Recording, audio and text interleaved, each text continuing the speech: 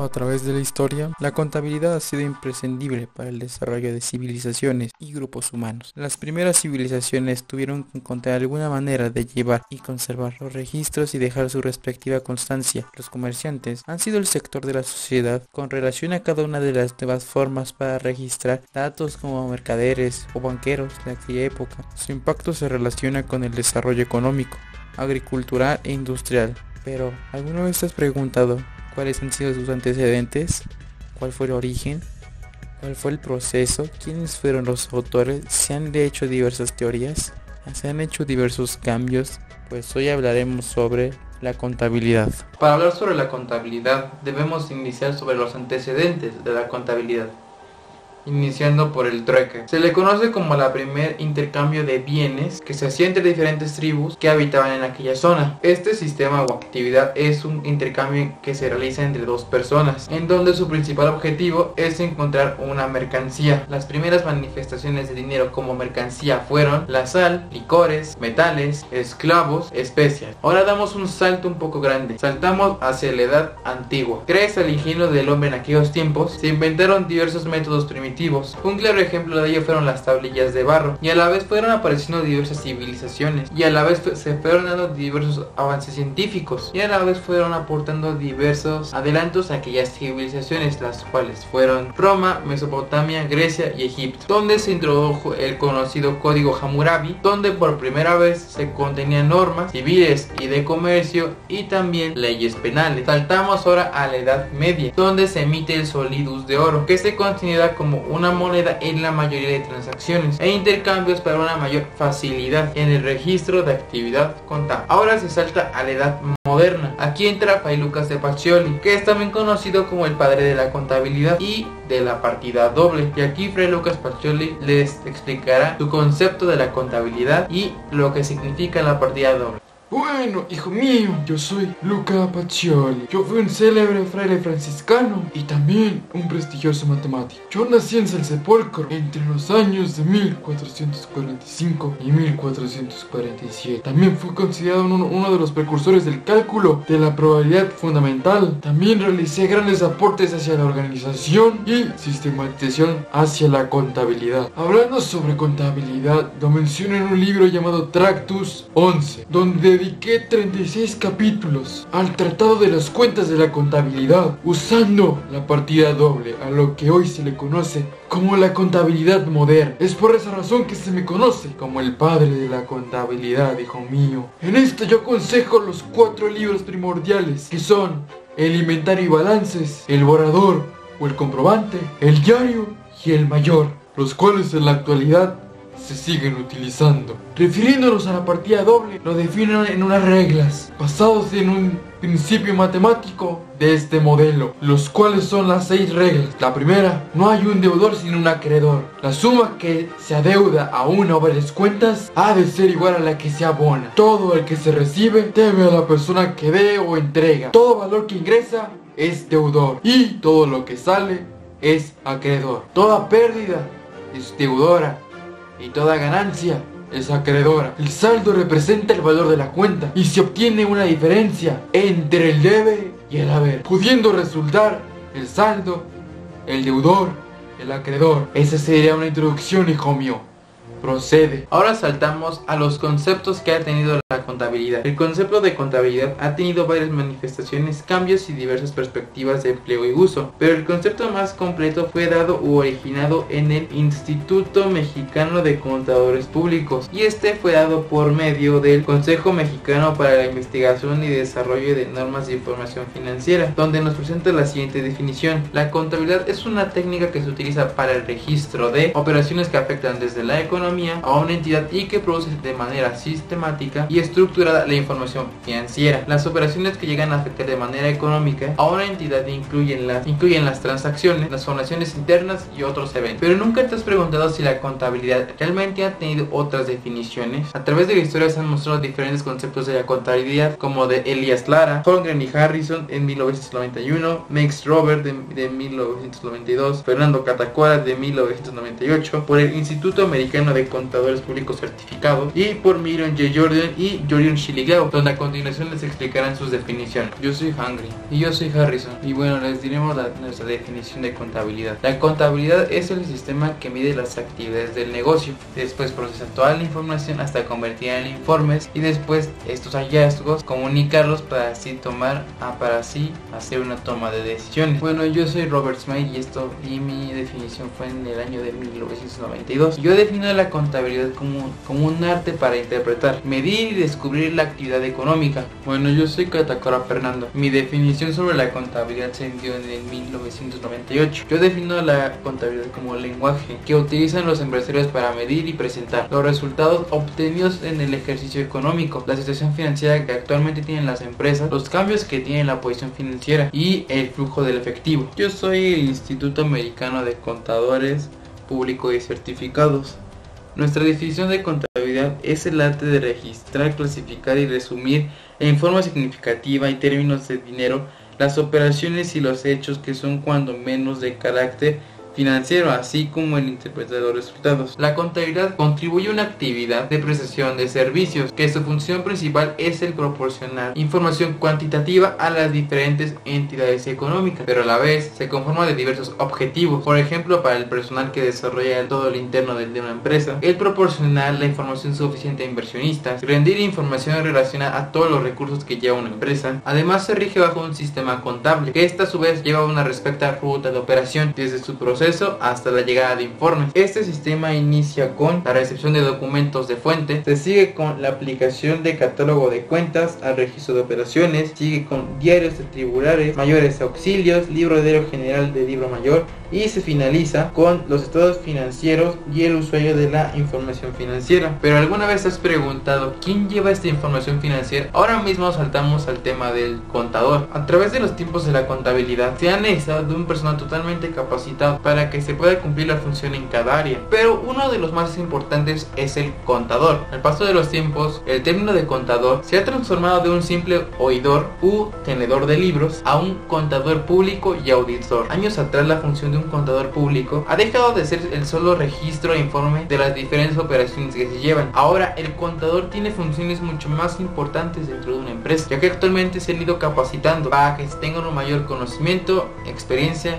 y habilidades. Los campos que abarcan un contador son realmente extensas, donde los campos principales del contador son la organización, la administración de la empresa, la administración de una empresa, la asesoría, la gerencia, finanzas, planeación, auditorías, regímenes fiscales, la consultoría, entre otros abarca el contador. Ahora, si pensaste que un contador se rige bajo sus mismas reglas, eso es falso. Ahora te hablaré del código de ética que tiene un contador. Se basa en 5 principios generales: la integridad, objetividad, su competencia profesional, la confidencialidad que tiene el contador y el comportamiento profesional que tenga. El código de ética que también tiene el contador se basa en el código de ética que tiene la contabilidad, donde debemos de definir qué es la ética. La ética trata del estudio de la moral y del accionar al propio ser humano para promover tratamientos deseables hacia los integrantes de una sociedad o también a la práctica profesional. Esta se encuentra totalmente descrita en el Código de Ética Profesional del Contador Público, emitida por el Instituto Mexicano de Contadores Públicos, donde el contador cumplirá con los requisitos o principios fundamentales. También el código de ética que puede llevar un contador se basa en 3 partes. La parte A, donde se da la aplicación general del código, donde contiene la introducción y los principios fundamentales de la ética. Con la parte número B, con la parte B, habla sobre los contadores públicos en la práctica pública, donde contienen ejemplos de circunstancias que pueden crear amenazas en la práctica profesional y los salvaguardias del principio fundamental de la ética. Finalmente, con la parte C, hablando sobre los contadores profesionales en los negocios, donde contiene ejemplos de circunstancias que crean diferentes amenazas para los contadores, donde las amenazas pueden ser empleados, los socios, los directores y los mismos salvaguardias. Ahora bien, tras explicarlo el principio de la ética y los conceptos de la contabilidad, te estarás preguntando ¿cuál es la finalidad de la contabilidad? Saltamos al tema abarcando la finalidad de la contabilidad, donde la finalidad de la contabilidad contabilidad es llevar un registro sistemático de todas las operaciones que realiza una empresa o una entidad para elaborar los diferentes estados financieros, donde los estados financieros contienen información útil para la toma de decisiones en las unidades que pueden ser de acuerdo al origen del capital, que abarca empresas privadas o empresas públicas, de acuerdo a las actividades que desarrollan, que pueden ser comerciales o industriales, de acuerdo a su finalidad, que pueden ser lucrativas o no lucrativas, desde el punto de vista legal, que pueden ser personas físicas o ya sean personas morales. Ahora, tomando en cuenta lo anterior,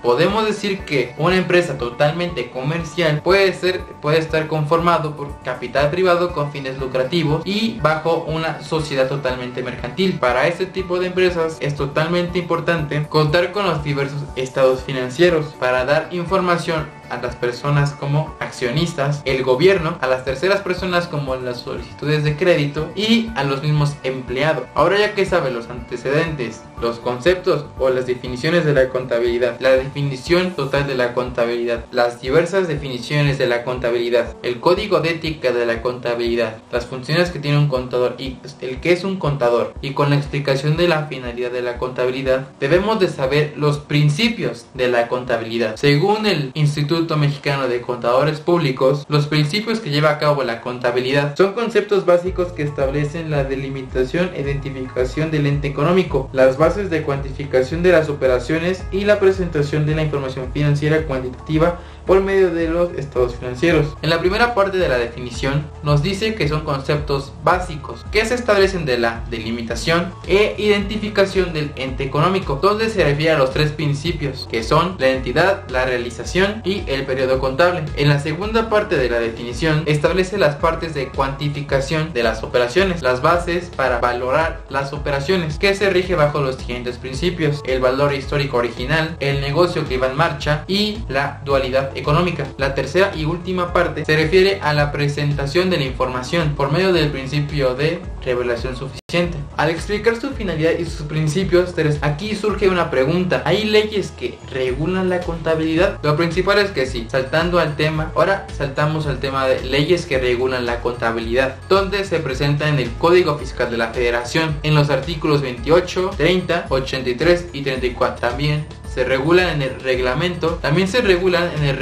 del Código Fiscal de la Federación, en los artículos 26, 27, 28 y 29. Otra ley que también regula la contabilidad sería la ley del impuesto al valor agregado en su artículo 32, las leyes del impuesto sobre la renta en el artículo 58 y en el Código de Comercio en los artículos 16 y 33. Ahora, al explicar antecedentes, concepto general, diferentes conceptos, finalidad, principios, artículos, leyes en las que se rige la contabilidad, surge una otra incógnita. ¿Hay disciplinas que se relacionan con la contabilidad? Lo general es que sí, hay disciplinas que se relacionan con la contabilidad, partiendo desde la administración, que su principal objetivo es la búsqueda de resultados a su máxima eficiencia. Se sigue las matemáticas, que suministra métodos cuantitativos para el cálculo de raciones y proporciones. Se sigue la estadística, que se basa en la recolección y análisis y la interpretación de datos. Sigue con la electrónica, que en la actualidad la contabilidad también tiene de llevar un registro electrónico. Se sigue con la rama del derecho, que esta tiene una gran variedad de ramas, desde lo laboral hasta lo fiscal. Y finalmente con la economía, donde estudia la relación de producción, el intercambio y la distribución y el consumo de los bienes. Para un último dato importante en la contabilidad, se habla o se aborda sobre la teoría de la partida doble y la cuenta. Dejaremos que Fray Lucas Pacioli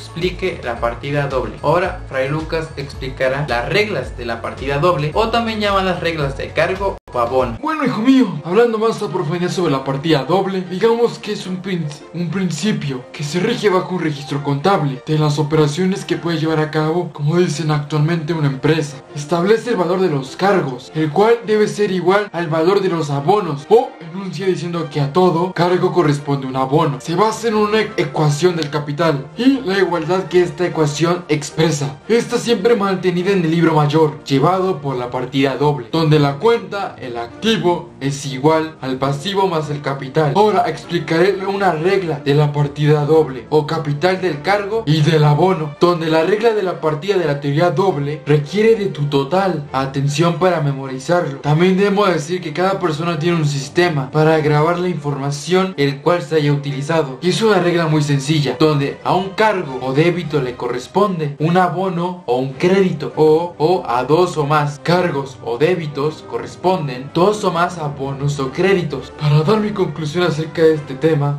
diré que la naturaleza de los activos es deudora, donde se aumenta de un lado y disminuye del otro, donde definitivamente es una naturaleza deudora. Las cuentas de un pasivo son de naturaleza acreedora, aumentando de un lado, disminuyendo del otro, lo contrario a un activo. Y las cuentas de un capital son igual de naturaleza acreedora, aumentando de un lado y disminuyendo del otro, donde son naturalmente acreedores. También aquí podemos considerar algo, el registro contable en cuentas de T de mayor, o también las reglas de la partida doble, donde aquí se recomienda usar un catálogo de cuentas y una guía contabilizadora para facilitar una acción o aplicación del contable, y un registro de un número asignado a cada cuenta de activo, pasivo y capital que afecta a las operaciones. Bueno, hace un momento Fray Luquia mencionó sobre el catálogo de cuentas, así que es justo que demos una introducción o una definición hacia el catálogo de cuentas. Como concepto general, es un listado donde de manera ordenada y sistemática se detalla el nombre de las cuentas que son utilizadas en la contabilidad de una entidad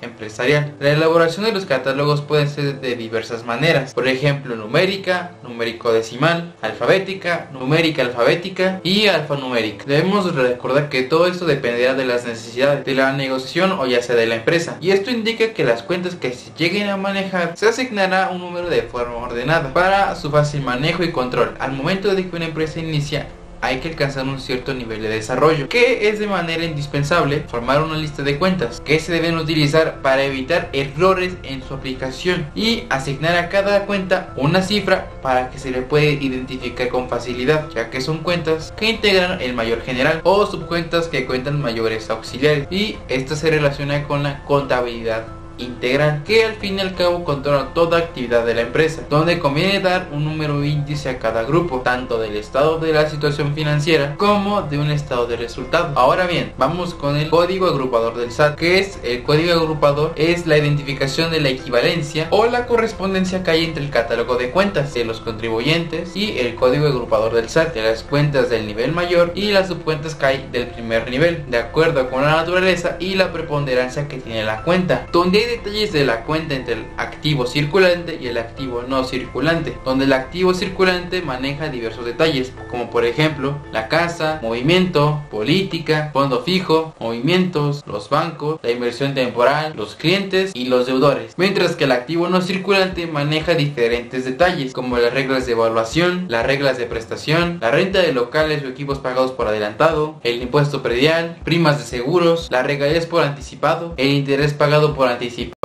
y la papelería y los artículos de escritorio. Como último tema se hará las NIFs, que son las normas de información financiera, y la entidad económica, donde las NIFs son un conjunto de conceptos generales y normas particulares que regulan la elaboración y la presentación de la información contenida en los diversos estados financieros y que son aceptados de manera generalizada en un lugar, en su lugar o fecha determinada, donde se ha considerado profundizar el tema de la entidad económica con la finalidad comprende la importancia de la que se debe entender. Ahora, una entidad económica se conforma de tres entidades: de unidad económico-social y una entidad de número 25, donde muestra la división de las actividades de la persona física, donde se encuentra un postulado básico, donde es una entidad económica, donde es aquella unidad identificable que realiza las actividades económicas, que están constituidas por combinaciones de recursos humanos, materiales y financieros. Este conjunto de actividades económicas y los recursos que hay son aquellas actividades económicas llamadas de entidad, combinadas con recursos que dan un determinado valor económico de una manera independiente y con un valor individual. Ahora, algo muy importante son los recursos que tiene una entidad, donde son los recursos más importantes con los que cuenta una empresa, ya que prácticamente forman todo aquello que compone la misión, la visión y los valores y objetivos que tienen a corto y largo plazo la empresa, donde entran los recursos materiales, que se identifican de dos rubros, tanto la materia prima, los productos y el proceso que se lleva, como los edificios, los terrenos, la maquinaria, los equipos, etc. Ahora, los recursos financieros son aquellos elementos monetarios, tanto propios como ajenos, de los que cuenta la empresa, donde se puede dar dinero de caja y bancos, las aportaciones de los socios y toda utilidad generada. Los recursos técnicos son aquellos recursos tangibles, pero sirven como una herramienta e instrumento auxiliar en la coordinación que tienen hacia otros recursos, como el sistema de producción, fórmulas de patente y marcas, planeación de programas y un software en específico. Y finalmente, los recursos humanos forman la parte íntima o más importante de la misión, visión, objetivos y valores empresariales. La contabilidad se fundamenta en la necesidad de contar con la información financiera de manera veraz, oportuna y completa, que cuenta con documentos de registros y demuestran aquellos procesos que son realizados por una entidad y llegan a resultados que son obtenidos, donde se ven el reflejo de la situación financiera que tenemos. Se nos ha mostrado que toda organización que realice una actividad de manera permanente o ocasional para el funcionamiento, que requiere controlar las operaciones, que efectúa cambios concurridos en los activos, obligaciones y en el patrimonio, con un fin de interpretar los resultados de aquella materia de apoyo a la materia, como lo son la gestión administrativa y financiera.